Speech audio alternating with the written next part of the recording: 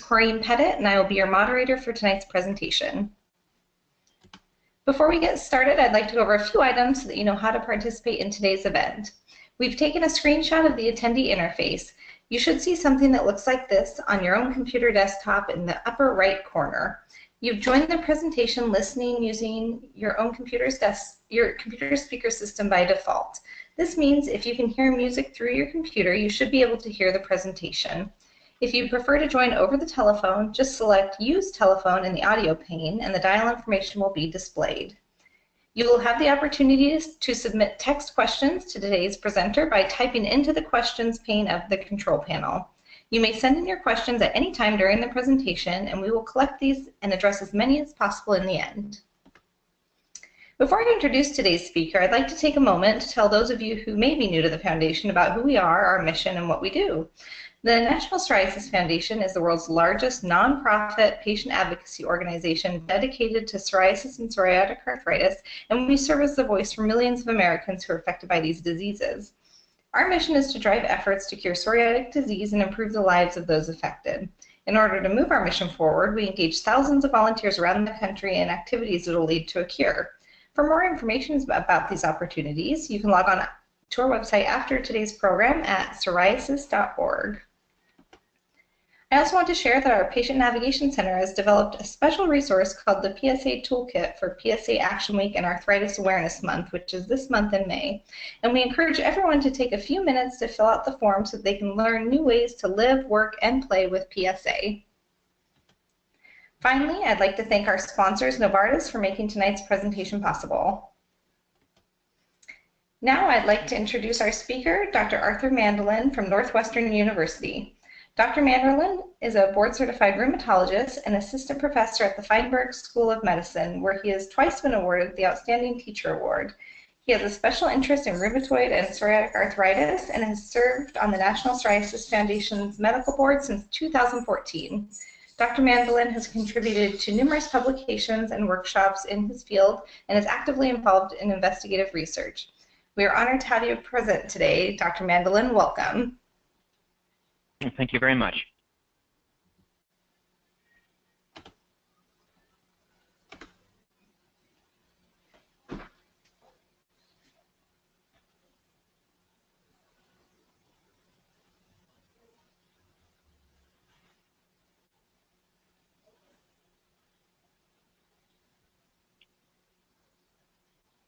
Are you going to advance the slides or should I? Either way, I can, there you go.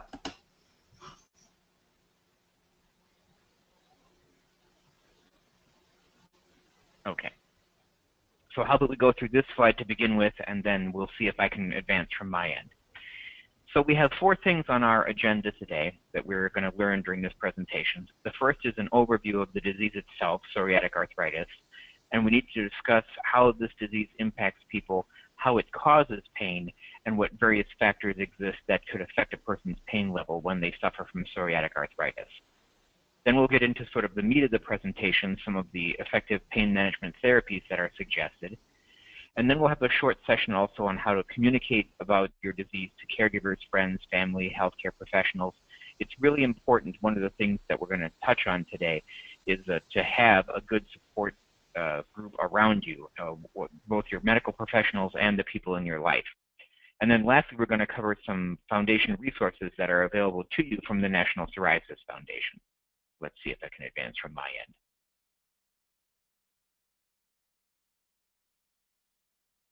Okay.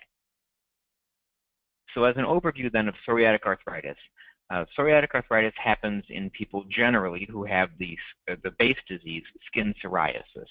And we believe that about 1/3 of people who have skin psoriasis will eventually develop psoriatic arthritis during their lifetime.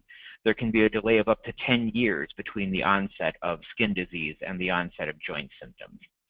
And psoriatic arthritis can affect anybody of either gender, men and women, any age, including, unfortunately, children.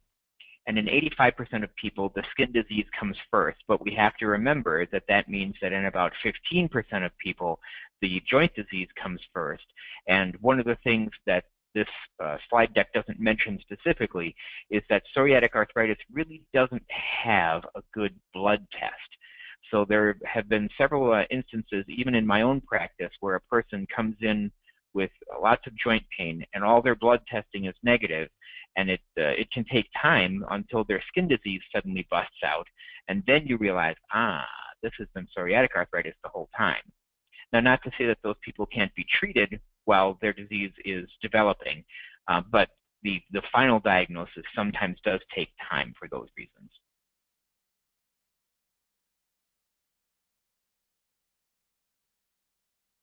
So the symptoms of psoriatic arthritis, I don't know if we're both advancing here. Okay. The symptoms of psoriatic arthritis can include, of course, pain and stiffness in the joints. This can include the spine as well as any joint in the body, really. There can also be pain in the heel or the bottom of the foot, and we'll discuss in a moment why that's the case. Generally, psoriatic arthritis, as an inflammatory form of arthritis, is characterized by stiffness first thing in the morning that lasts longer than 30 minutes. Many people can get out of bed first thing in the morning and have some tightness, some stiffness, needing to sort of stretch to get their joints warmed up for the day. But when that stiffness lasts longer than 30 minutes, there is raised some concern that this could be an inflammatory form of arthritis, of which psoriatic arthritis is one of many. People who have inflammatory forms of arthritis like psoriatic arthritis also tend to suffer from inflammation all over the body, not just in the skin and not just in the joints. And this can lead to a number of different factors, including generalized fatigue, just a worn down, run down, flu-like syndrome that can happen. The joints that are involved can be swollen, obviously. The joints that are involved often can have nearby fingernails or toenails that have the changes of psoriatic disease. The swelling can reduce range of motion in those joints. And importantly, one other organ system that can be affected by the inflammation of psoriatic arthritis is the eye. So people with psoriatic arthritis or skin psoriasis can develop painful red, blurry eye. And that is something that you would want to let your eye doctor or your primary care doctor know about right away if it happens to you. And that can be one side or both sides, usually one. So the severity of psoriatic arthritis can range, and there are about 5 different types of psoriatic arthritis that we won't go into because that's not the focus of our presentation tonight. But the severity can range from just a few joints involved, 4 or less, that's called oligoarticular arthritis, or there can be lots of joints involved, which is called polyarticular arthritis. Then in the upper left of this slide, we see an example of why people may have pain in their heel, especially in the back of their heel, right in the place where a lady's shoe sometimes rubs. This is a condition called enthesitis. So the place on your bone where your tendon attaches is called the enthesis. And that can become involved, not just the joint, but the place where the tendon attaches to the bone can become involved and inflamed in psoriatic arthritis. It's a little bit difficult to appreciate on this slide if you don't look closely, but this person's right heel is definitely puffy, swollen, kind of sticking out at us versus their left heel. So that's an example of an enthesitis. People with psoriatic arthritis can also get dactylitis, or a so-called sausage digit. This picture is a little bit small, but especially if you look at the ring finger of the left hand in this individual, you'll see that there isn't any one particular knuckle that's really swollen. It's the entire digit. This person has also some severe bony deformity from long-standing, very, very bad case of psoriatic arthritis. It's important to emphasize that not all people with psoriatic arthritis will ever have deformities of this type. Some unfortunate people do, but it is not a done deal. It is not a guaranteed thing that happens to everyone. The person in this image also has some pretty severe skin disease, as you can see. And psoriatic arthritis can affect the joints of the center of the body, the so-called axis of the body, or the spine, and that's referred to as spondylitis. And what we're meant to see here in the bottom image with spondylitis is this person's chest is sort of rounded. It's a so-called barrel chest to some degree. And a little bit hard to appreciate it in the image, but the person's neck is kind of shifted forward. Their chin is being carried a bit forward with respect to their spine. So they have a bit of a hunchback is not a very medical term, but they have a bit of a hunchback in this image. So the this disease can affect the spine as well as the joints. So what's happening inside? We don't need to go through this entire slide, which is extremely complicated, of course, but it's important to understand, to conceptualize how the medications for this disease work. We need to know how the disease works, at least to the degree that that's even known. So the joints and the skin, the joints here are in the lower left, the skin is in the upper right, are being affected by an inflammatory form of arthritis. And there are a number of different signaling molecules that the body's immune system is using to communicate among its own people, so to speak, its own soldiers, to send messages back and forth to coordinate the immune response. Now, of course, under normal circumstances, we want to have an immune response. That's what protects us from disease and infection. But in psoriatic arthritis and in a number of other forms of inflammatory arthritis, that natural immune response has somehow become triggered improperly and is attacking the wrong targets. So the idea then with some of these treatments is that if we could block some of these chemical messages, we would be able to impair the immune response in a way that would block the disease damage and all of its other symptoms, including our topic for tonight, which is pain. And in both of these cases, both the skin and the joints, we can see that among these different cellular messages is TNF, or tumor necrosis factor. That's present in the skin, along with quite a number of other cellular signaling molecules, and it's also present in the joints, along with a number of other cellular signaling molecules. So by blocking some of these cellular signaling molecules, we have medications that we can use to block these molecules and keep the inflammation from going on. So when these different cells of the immune system, here we have Th17 cells, for example, here we have an activated T cell, for example, when they become activated and perpetuate the autoimmune response against a person's own tissue, then we have all these sorts of things that happen. Joint inflammation, the enthesitis we saw on the previous slide, and even in some cases, bone resorption.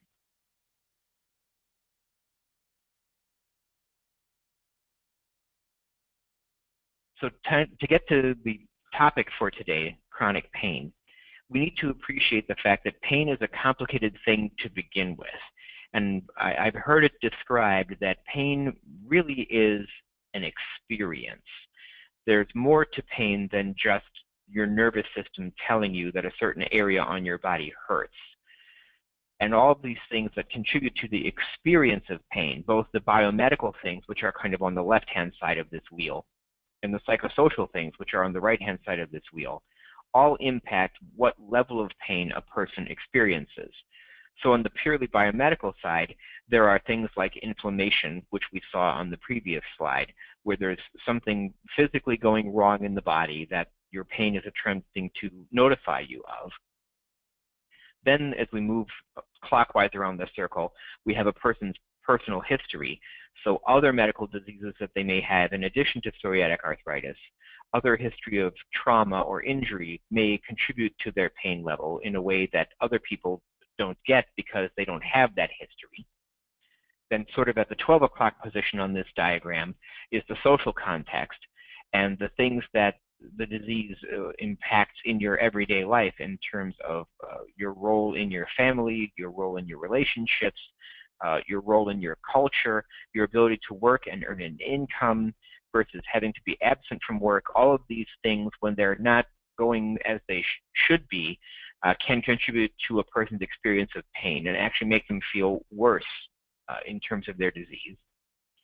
As we continue to the right, there are also some psychological states and psychological traits that interfere with a person's life that can help with or hinder their pain perception. And among these things are fearfulness of the disease and what might happen in the future, anxiety and depression, either about the disease or about other things in their life.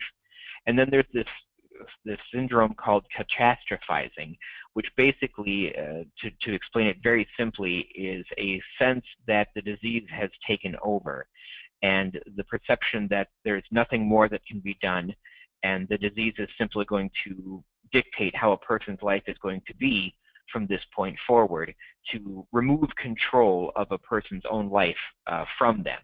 And some people are better at maintaining the idea that there are things that can be done, and sometimes this, of course, goes all the way back to the other end of the wheel on the far left. What is their disease? Do they have a severe case? Do they have a moderate case? Do they have a mild case?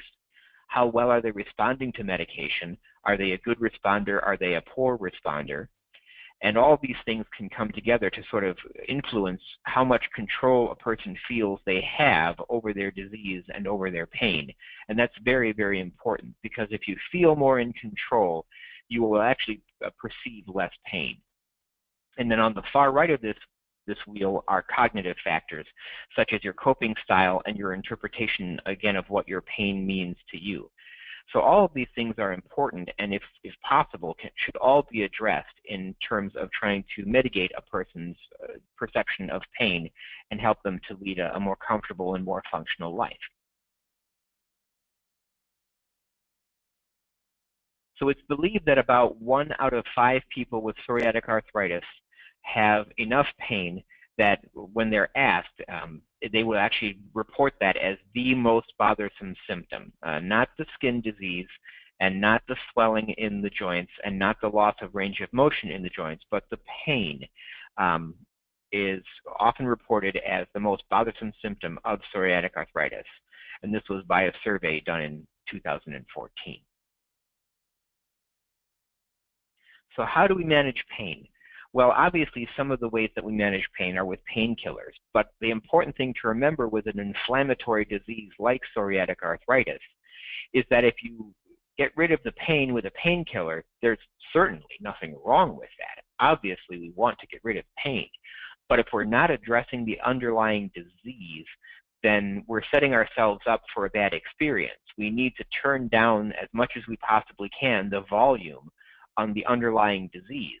And if the disease goes into a lower state of activity, then by nature, the pain will go into a lower state of activity. And even if we can't get rid of the disease completely, even if we can sort of get it to be a little quieter, then we can hopefully reduce the need for pain medication, perhaps lower dose, perhaps switching to a pain medication of less potency, which usually means switching to a pain medication with fewer side effects.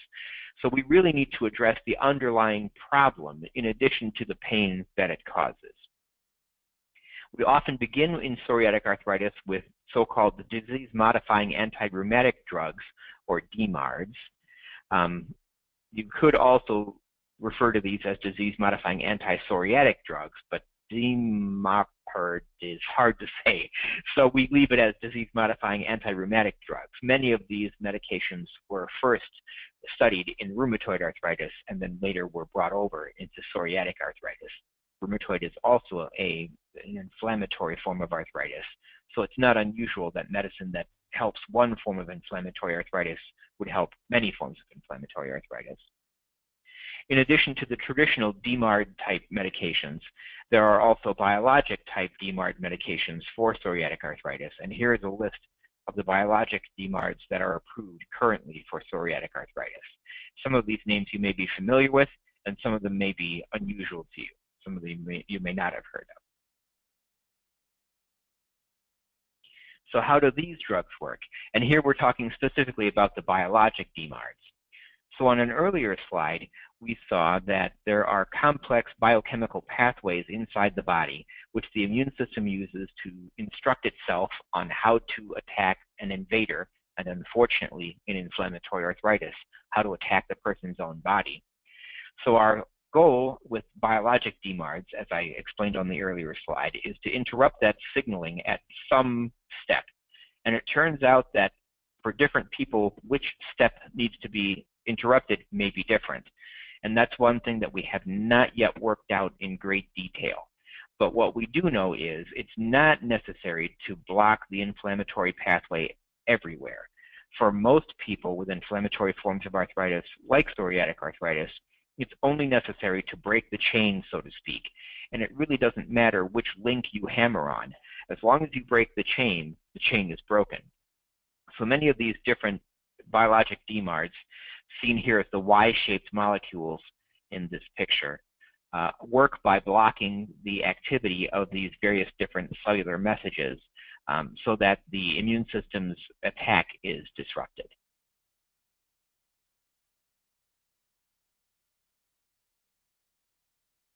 In addition, we also have our keystone, often the thing that we first try for pain once we do as much as we can to get the underlying disease under control. And these are the so-called NSAIDs, the non-steroidal anti-inflammatory drugs. The most classic anti-inflammatory drugs way back when they were invented were steroid-based. Steroids have some negative side effects. So we also have this whole class of medications, including aspirin, ibuprofen, naproxen, medications like that you can perhaps get over the counter. And then there are a whole host of prescription medications in this same class, this same category. And they are anti-inflammatories, but they are not steroid-based anti-inflammatories, so they don't carry all of the problems that steroids carry. Now, of course, every medicine in the world has disadvantages, downsides, risks associated with them. But we generally prefer the non-steroidal anti-inflammatories over the steroidal anti-inflammatories, if at all possible. If for nothing else, in particularly the case of psoriatic arthritis, we find that when a person is given a steroidal anti-inflammatory for their psoriatic arthritis, unfortunately, there is a rebound effect in terms of the skin disease. So we may be helping people in the short term with a steroid, but oftentimes, as they come off the steroid, there will be a flare-up of the skin disease. And that is usually not the case with the non-steroidal anti-inflammatories. Another good reason to go to these first. Additional pain management therapies that can be used are topical applications. So in the same way that topical applications are useful sometimes for the skin disease of psoriasis, there are some topical types of delivery systems that are helpful for the pain of psoriatic arthritis. Some of these same NSAIDs that we discussed on the previous slide are available in liquid form or in gel or ointment form or in terms of patches that can be applied, as we see here in this picture. And that allows us to deliver the non-steroidal medication directly to the site of pain without needing to deliver it to the entire body, particularly without needing to swallow a pill. One of the things that is an unfortunate problem with some non-steroidal anti-inflammatories, and more so in some people and less so in other people, is it can be irritating to the GI tract when you swallow those pills, especially if you're the kind of person who unfortunately needs to swallow them many times a day, every day of your life. So sometimes we can get around that problem, or at least reduce the need for pill-type medication of the NSAID variety by giving it in a topical form that can be rubbed directly on or applied directly on to the site of the pain. Similarly, there are some anesthetics, particularly lidocaine, which is in the same category as the medicine that your dentist uses when doing work in your mouth, that can be applied to the body also in these types of forms, as liquids, as gels, as patches. Some patients often report that their joints will feel better if they apply heat or cold. And one of the most common questions that my patients ask me is, well, should I do heat or should I do cold? And the short answer to that question is, every patient is different. Generally speaking, if a joint is flaring up, that is to say that it wasn't so bad a few days ago, but today it's not so good at all, and that flare-up is characterized by a lot of swelling, we generally avoid heat during a short-term flare that has just started up if that flare involves swelling. Heating an area that's newly swollen can make that swelling worse in some cases. So generally speaking, and there are exceptions to every rule, but generally speaking, when swelling first flares up and first begins, for the first couple of days of a flare that involves swelling, we would favor cold over heat. Now, many patients will have discovered on their own when to use cold and when to use heat. Some will flip back and forth. Some will use cold in the beginning and heat later. Some will use only cold. Some will use only heat. Whatever you've discovered is the case for you is the case for you. Additional management therapies would include injections, and 3 types of injections are listed here on this slide. In the middle, the corticosteroid injections, the same type of medication that sometimes is given in pill form as a steroid, can be given in injectable form. And there are two basic targets for injectable corticosteroids. A corticosteroid can be given in the muscle. Often this is done in the shoulder, like a flu shot, or in the buttock, like a vaccination. And the idea when giving a corticosteroid in the muscle is that we are letting the whole body absorb that medication. Very analogous to what we said on the previous couple of slides. If we swallow an NSAID pill, we're giving that medication to the entire body. If we apply an NSAID gel, liquid, or patch to a specific area, we're treating that specific area without exposing the whole body. Similarly, if we give a corticosteroid injection in the muscle, we're giving that anti-inflammatory steroid to the whole body. If, on the other hand, we pick one or two specifically involved, specifically swollen joints that seem to be far and away the trouble spots on a particular day, and we inject those joints particularly, then we can treat those areas with much more precision, a sort of targeted injection. Nerve block is not something that I do in my office, but anesthetic, the same sort of idea as the lidocaine we saw on the previous slide, can be injected in very, very specific spots to block very specific nerves and reduce the pain messages that are arriving in the brain or in the central nervous system from certain specific areas of the body. And then to sort of take them out of order, the top one on the slide, hyaluronic acid, is, to simplify it a bit, is basically a lubricant injection, although we understand that there's something else more than just pure lubrication going on when we give these shots. These are by far most commonly used in the knee. And the idea with these injections is that if an area has become worn down enough by the arthritis that there's some actual grinding occurring where the cartilage is thinned out, when we give this hyaluronic acid, we are lubricating the area and turning that grinding back into gliding. And of course, that's far less irritating to the body. As I said, there's more to this than pure lubrication, but lubrication definitely is a big part of how those things work.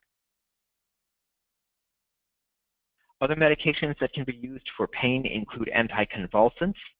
The idea here is that by soothing the central nervous system, we're also soothing the pain messages that are entering the central nervous system. Two major anticonvulsants that are often used for pain management are pregabalin and gabapentin. There's also a number of antidepressants that are used for pain management. The one that perhaps is most commonly used because it has some good data behind it is called duloxetine.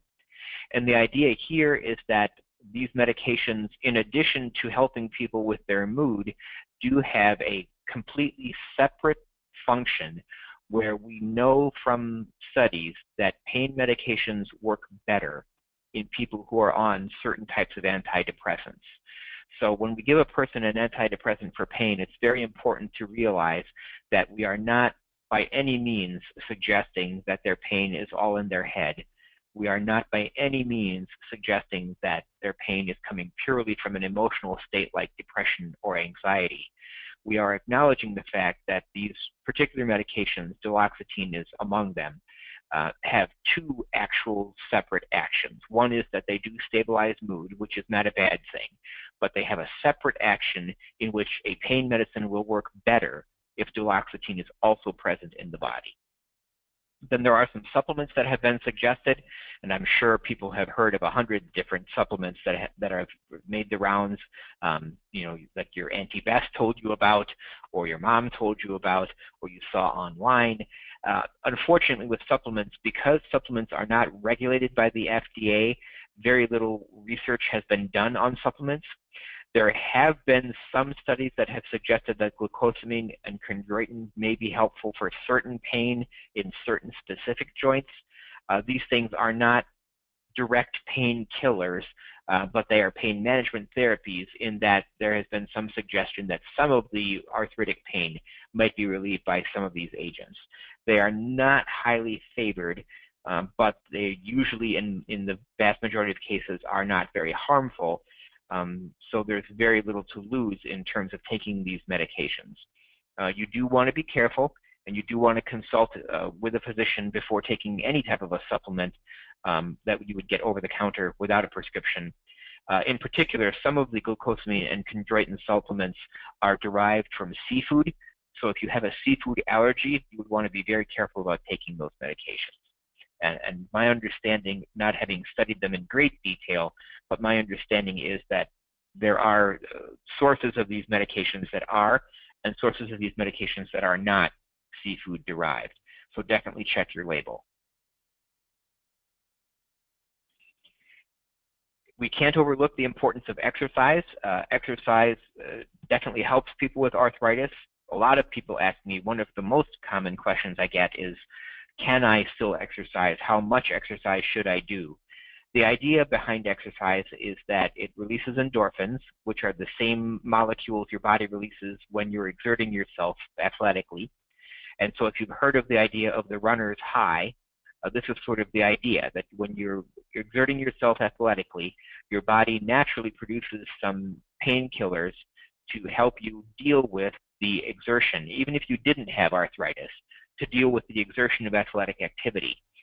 So these hormones that act as natural painkillers, we can take advantage of to some degree if we can do enough gentle exercise to make our body produce them as it always naturally does.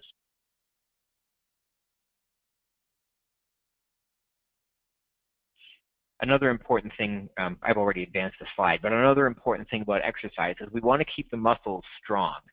And the reason for that conceptually is, if you think about a joint that's surrounded by muscles, if you let those muscles become weak, now all of the work of, in the case of, say, for example, a knee, which has to hold up the body weight, now all of the work has to be done by the joint. If the muscles are strong, we're basically unloading the joint. We're making the joint have an easier job.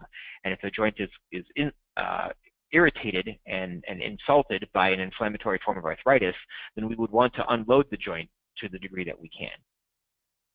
Okay, the slide that we're actually on, sleep. It has been definitely shown that sleep problems are associated with a low pain threshold.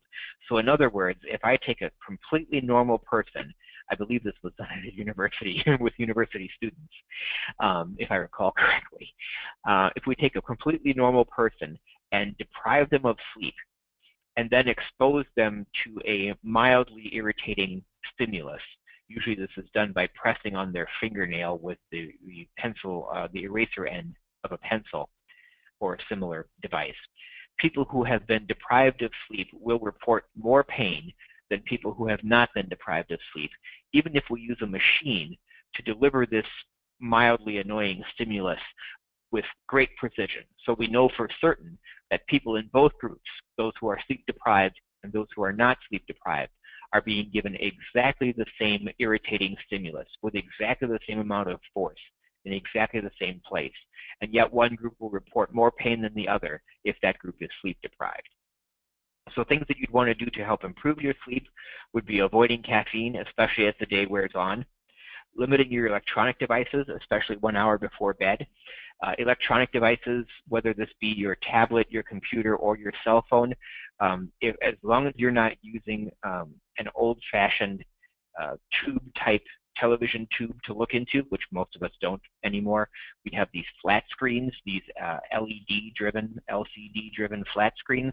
It turns out that those have a very high propensity to emit UV-type radiation, not enough to give you a sunburn, of course, but enough to reprogram your body's natural clock that would have you wake up when it's bright and go to sleep when it's dark. So if you don't ever expose your eyes to darkness, your body will think, well, it's still daytime outside. So you definitely want to limit the electronic devices about 1 hour before bed. Some electronic devices actually will have a low UV mode where the white background, this is perfect because our slide has a white background, the white background of your device will suddenly begin to look yellow to you when you turn this mode on. And the idea is that you're getting rid of some of the blue end of the spectrum. Ideally, you would turn the device off completely and let it be dark so your body knows that it's time to go to sleep because it's dark. But if you have no choice, if you must be up, if you must check your electronic device, see if it has a low UV mode where the bright white background looks kind of washed out in eggshell yellow. And then it's also important to the degree that you can, if your life will allow, for you to have a sleep schedule. There should be a time of day when you go to bed and a time of day when you wake up, because your body really does work in terms of sleep on a schedule, on a cycle. Your body will like that. Your body will help you to sleep better if you do that on a regular basis in a predictable way, because that's kind of the way that your body would prefer to have things work. Psychological support, as we mentioned on that earlier slide, things on the right-hand side of that circular wheel, is important, because anxiety and depression are very common in those who suffer from chronic pain for probably obvious reasons. And to have support definitely helps. We want to have someone we can rely on, someone we can talk to.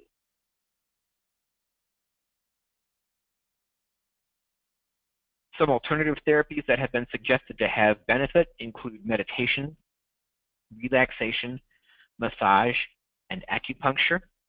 And I'm always encouraged when my patients want to try some or all of these methods. I would say you would want to try them one at a time so that you can determine what each of them does or does not do for you. In terms of massage specifically, you do want to make sure when you go for massage that you find, if possible, a massage provider where you can be massaged by the same person each time or most of your visits. And have a good talk with that person at the time of your first visit to let them know that you're not there as a weekend warrior, you're not there as an athlete, you're there as an arthritis sufferer, and hopefully they'll understand what that means. Someone who is training for the Chicago Marathon, for example, who goes to a massage therapist because they need to work out the kinks that they've done to themselves as they're training for a marathon, they need a firm, deep tissue massage to push and roll and shove all those metabolic breakdown products out of their muscles. Persons who have arthritis need to have massage for muscle relaxation to get the joints back into line, so to speak, to unlock spasming muscles, and where there may be some instances where a good, firm, deep tissue massage might be helpful for an arthritis person. Most people with arthritis, at least in the beginning, will need a very gentle, very surface massage just to gently unwind and relax, more so for the relaxation part of the massage than for the actual deep tissue work where you're trying to smush toxins out of the muscles.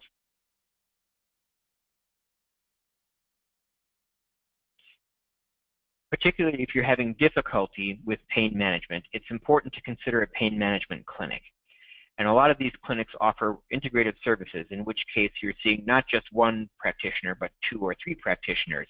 And you may be getting physical help, you may be getting psychological help, you may be getting behavioral help. You may, in fact, be getting some of these things we talked about just one slide ago, some of these less traditional, less Western types of medications or treatments. In a pain management clinic, it's always important to see a specialist whenever you have arthritis.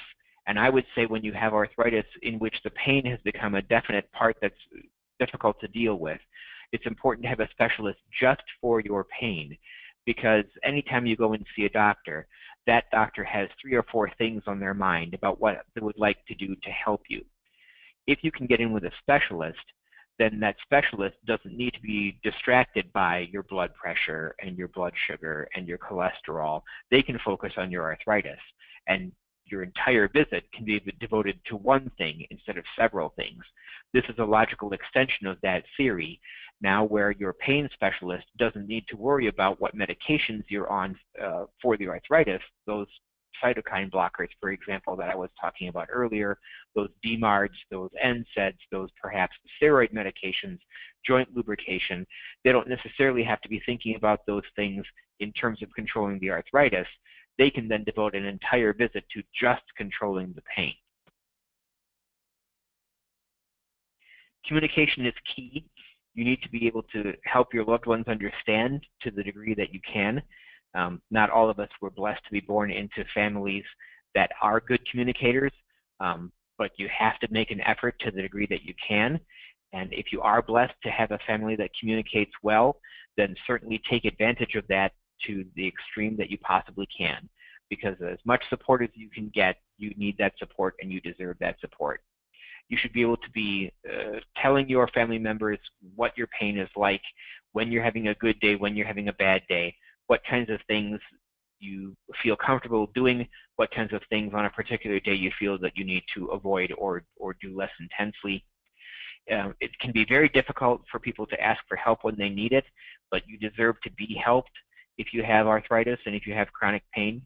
So you should feel free to ask for help when it's required. And if people come and offer you help, and I'm sure I don't need to tell this audience that sometimes people offer help in quotes that is not always the type of help we would want. But perhaps what we can do in those cases is be a cheerful receiver and accept what is offered, as long as it's not something that would be obviously negative toward our overall health. And then perhaps very gently we can talk to this person who's offering help and perhaps guide them into, next time could you provide this, or maybe I could use some of that, if they're giving you the wrong type of help. If there are communication problems among yourself and your family, your loved ones, your employer, I think it's important to bring up those communication problems and discuss, acknowledge that a problem exists, and see what that other person in your life, your boss, your spouse, your family member, might be willing to do. You may be pleasantly surprised what that person may be willing to do once they understand what's going on and what you need from them. When you have difficult issues, it may be easier to write them down than to try to speak about them openly, at least in the beginning, or perhaps writing down the issue and having that little maybe 3x5 card, little scrap of paper with you might help you to remember all the things you wanted to say in a conversation. And if possible, to keep the mood from getting too heavy, because we don't want to depress our mood any further. We want to keep our mood as light as reasonably possible. We should also be making sure to talk with people who are offering to help, or people from whom we are soliciting help with things other than our health, so that our relationship with whomever that is not all about our arthritis. We would have our arthritis and our chronic pain be a portion of that relationship with that other person, but hopefully we would find other things that would also characterize our relationship. And then we would want to help our loved ones learn about what psoriatic arthritis is, what it does to a person, and what types of assistance you might need. And this is perhaps an area where the Psoriasis Foundation can step in and help, and that's what we're going to get into in the final portion of the talk. So we want to have our family and our friends educate themselves on the disease. Perhaps you would want to join a support network, a caregiver action network, and I always like it. You might think that your doctor would be annoyed when you bring someone to the visit. I always like it when someone comes with the patient to the visit, because studies have shown that when a person is at a doctor's office, there's always a list, an agenda that the patient has. There's an agenda that the doctor has. Hopefully those match well. Sometimes they don't, or sometimes certain things on the agenda will match well and other things will not. It's always helpful to have another person there. I even encourage the third person in the room to take notes, because another thing that has been found is it's shocking how little of a conversation a patient remembers once they leave the doctor's office. You think you have the plan perfectly down. You can repeat it back to the doctor word for word when you're in the exam room. You get out to the parking lot. Was that 10 milligrams or 20? I don't remember. But if you have someone with you who can take notes while you're having the conversation, you don't want to be distracted with note-taking while you're trying to have a conversation. But if you can have someone there to serve as your secretary and take some very basic, very high-level notes about just the key things about the visit, so that you can concentrate on the conversation and they can concentrate on writing down the things you need to know and remember, that I think is very, very helpful. So here are some resources offered by the Psoriasis Foundation. The main website is www.psoriasis.org. In addition, to psoriasis and psoriatic arthritis assistance. There is also assistance for arthritis in general and various different forms of arthritis available from the Arthritis Foundation. That's www.arthritis.org. The Caregiver Action Network can also be of assistance at caregiveraction.org. And there's a chronic care management resource at cms.gov. That's paid for actually by your tax dollars. That's where the .gov comes from. And at that point, we've finished the formal presentation, and we have about 15 minutes left for questions and answers. My understanding is that we have some that can perhaps be asked live, and I think we have a few that were submitted via the web in advance, if we would want to go to some of those. One thing that we do need to mention as we begin the question and answer session is I'm only licensed to practice medicine in my home state, and I can't see any of you, I can't touch any of you. For your privacy, we really can't discuss details of your care in a public forum. The federal government frowns on that very strongly. So while we can make general comments about psoriatic arthritis and its treatment and about chronic pain and its treatment, one thing that due to federal rules we cannot do in a webinar format where there are literally over 100 people, nearly 150 people listening to the conversation, we cannot give specific one-to-one advice about what a certain particular person should do in their certain particular case. You need to have a visit with a doctor, to see that doctor in person so that that doctor can get the complete story, do some testing, put their hands on you and directly examine what's going on, see what the bad joint looks like, and so forth. It just can't be done over the phone, both impractical and also against federal guidelines. So just to remind people that we cannot answer specific questions about what should I do in my case, but we can speak in general. And at that point, I think I'll turn back over to the moderator then to lead the Q&A. Thank you so much for your attendance. Great, thank you so much for your presentation. We'll just dive right in with our first question. Is exercising during a flare-up or joint and muscle pain a good idea? And if so, what type of exercise is recommended? So the general idea there, in terms of exercise during a flare, is that your body feels pain for a reason. This, I think, is actually an important thing we didn't discuss in the main body of the presentation this evening. Pain is there for a reason, to let you know that something is not right. Now, there is always the idea, especially any of you out there who may have been high school athletes, you may be hearing your coach's voice in the back of your head right now, play through the pain, play through the pain. There is some value to that idea.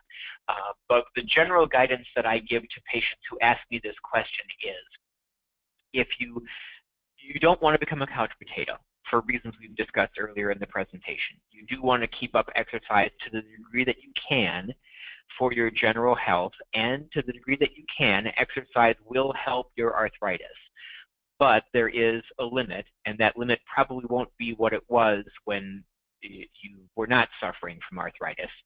So what I tell people in general is that pain is there for a reason, and if you work out and you're sore the next day, well, that could happen to anybody. But if you work out and you're sore 2 days later, 3 days later, 4 days later, you're still paying for that workout that you did 4 days ago. Your workout buddy feels fine. They've recovered already and you haven't. That's your little red flag that tells you, okay, I don't want to give up. I don't want to become a couch potato, but I need to take this slow. I need to listen to my body. I need to do small amounts of exercise, and I need to make sure that I do an amount of exercise that I can tolerate, that I can keep up with, that I can do on a regular basis without necessarily throwing myself into a flare from trying to go too fast, too hard, too soon, all at once, deep end of the pool kind of thing.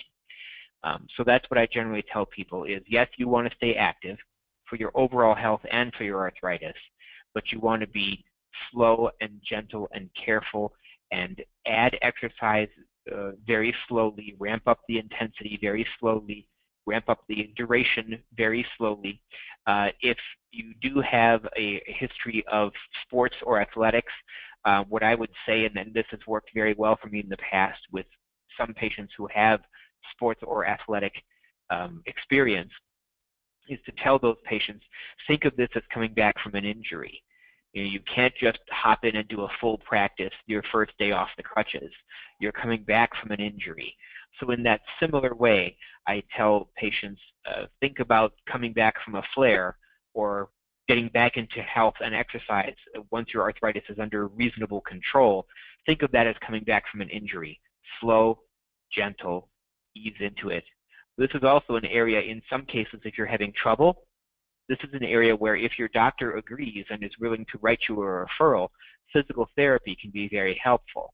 Not necessarily saying that you need physical therapy to recover a specific joint or to work on a specific area, but oftentimes what a physical therapist can do for you is to show you what exercises in your particular case are beneficial, what exercises in your particular case you might want to avoid or do less of. If there are certain ways in which your particular type of exercise can be modified to make it easier, safer, gentler for you, physical therapy is excellent for all these things. A very, very good personal trainer may also be able to help in this way. That's not something that a doctor can usually write for, though. Great, thank you so much. Next question here. With asymmetric arthritis, does it usually spread to the other side in time? So psoriatic arthritis is an asymmetric form of arthritis, classically, which means that to compare psoriatic arthritis to rheumatoid arthritis, classically speaking, rheumatoid arthritis will affect both sides of the body and usually simultaneously. So if one knee hurts, both knees will hurt. If one hand hurts, both hands will hurt. Psoriatic arthritis can be asymmetrical, in which one side of the body is affected more than the other, or one side may even be affected and the other side apparently uninvolved. Every person is different, so there is no one answer to the question. There are some people in whom the asymmetrical arthritis will eventually develop into a symmetrical arthritis that affects both sides of the body. But particularly with psoriatic arthritis, it is not unusual for asymmetrical arthritis to remain asymmetrical for all of a person's entire life. And there are clearly some patients who will have that one knee or that one hand or that one wrist that always is the one that bothers them. Now, it may get better and worse, good days, bad days, but always that same side seems to be the one that bothers them. And the other side never really does. And that definitely can happen. But there's no guarantee either way. Great, thank you. Next question here. What is the status of nerve stimulating devices? Are they really effective? Nerve stimulating devices can help some people, but again, that is an area that has to be very, very tailored to the patient because it depends on what is the source of the pain, what nerve is feeding that area, is that nerve in a location where a device could easily be worn, how intense does that device have to be turned up, how much stimulation has to be used. A nerve stimulating device, generally speaking, has to be fitted to the patient. Not only its location on the body, but the intensity of that nerve stimulus has to be customized to the patient. And that's another great area where a pain clinic or a multidisciplinary pain service can be helpful, because part of one of the many things that they can do is to do this fitting, both the physical fitting, what size device, where are you going to wear it, where are you going to put the pads, and also the, for lack of a better word, programming of the device. How long is the device going to run? How intense is the stimulation going to be? And those sorts of things. Classically speaking, nerve stimulator devices are used more for spinal pain than for pain in other places of the body, but they can be used all over. And it really does need to be done by a specialist who knows how to fit and place those devices. Great, thank you. Next question here. What are your thoughts on chiropractic care for psoriatic arthritis and chronic pain? Would it make things worse or better? Again, the answer there is very specific to the patient. I don't generally have any opposition to chiropractic care.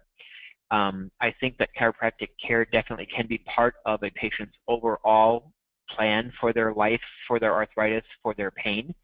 I think some patients will find that a chiropractor really helps them, and others will find that a chiropractor is not very useful.